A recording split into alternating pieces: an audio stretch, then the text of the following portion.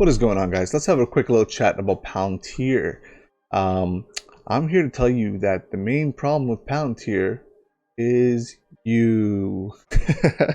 But I mean you, I mean me too, right? But the point I'm trying to make is Palantir as a stock is held very, very disproportionately by retail investors rather than institutional investors. Actually, I'm looking at it right now. I'll leave a picture of right here, somewhere here.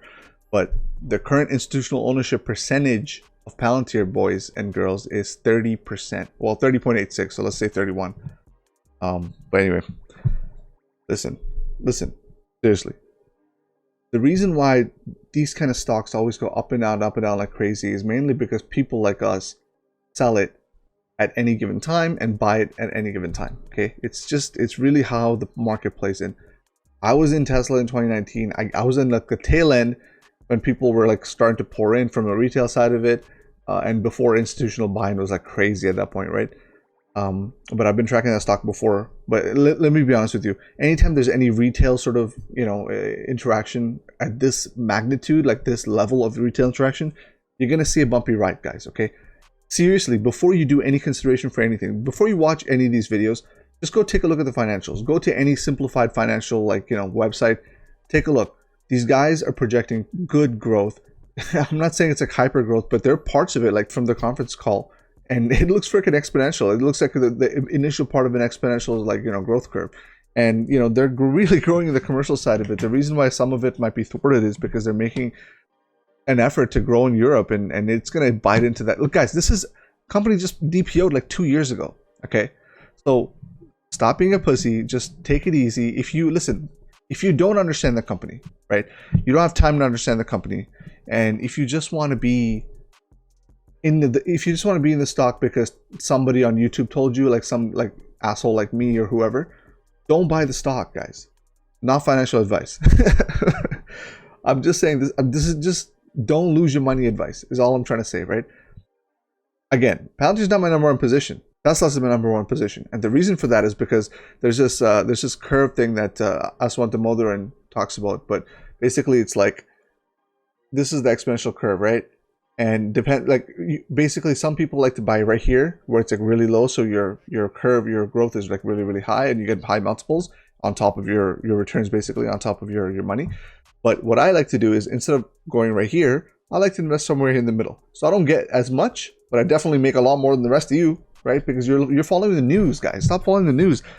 Just do your own research. Like, look at the market fundamentals of this company. Compare it to a different SaaS company. Actually, forget the different SaaS company. Compare it to Snowflake. Seriously, compare it to Snowflake. Warren Buffett, all these guys are in Snowflake because it's solving the current business model, right? Take all the details and compare it to Snowflake. You're gonna understand why people are liking Palantir and why people are making more videos on Palantir and why there's a community here on Palantir rather than a community on Snowflake. I mean, I'm sure there's community on Snowflake, but it's got something to do with the actual snow rather than the actual company. So, it is what it is. But anytime you see a lot of retail investors in a stock, it's always going to go up and down like crazy. And it's going to be day trader central for a while. And it just is what it is. And, and really, like, there's going to, a lot of people are clout chasing off this Palantir hype. And you guys know it. Like, a lot of random YouTube channels are making, oh, is Palantir a good investment? This is, again, the time when retail investors lose tons of money. We are in like a totally red market. I've been saying this for months now.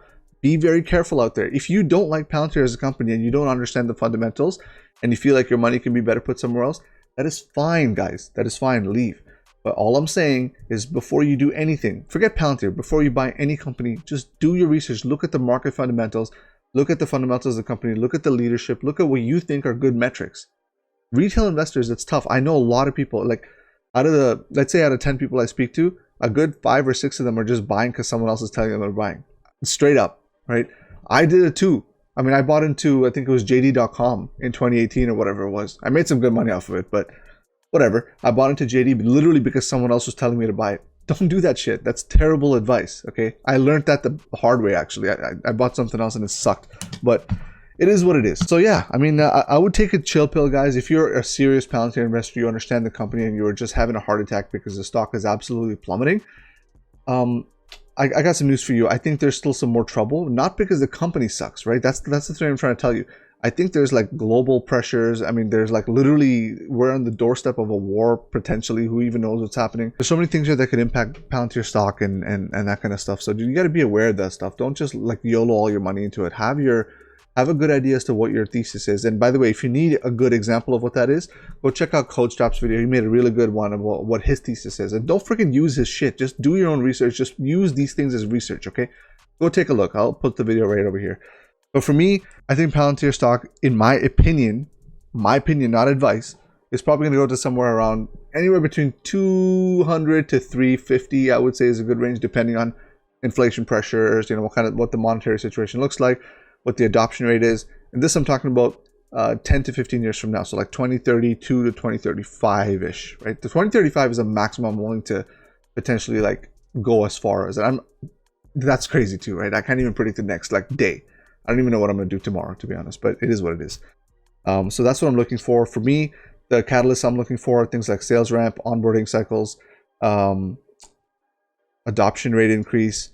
And the last thing I was looking for, by the way, was the developer community, which they're really starting to do that. But I really want to see like more certifications for people like you and me to actually go take a look at it, or something like a like a product that they can release where it can actually educate us more and we can fool around and stuff like that. But I'm sure a lot of things are down in the pipeline, and they're really putting the pieces together now, and they're showing signs of this stuff happening in the future for me. So I'm very bullish on the company, okay?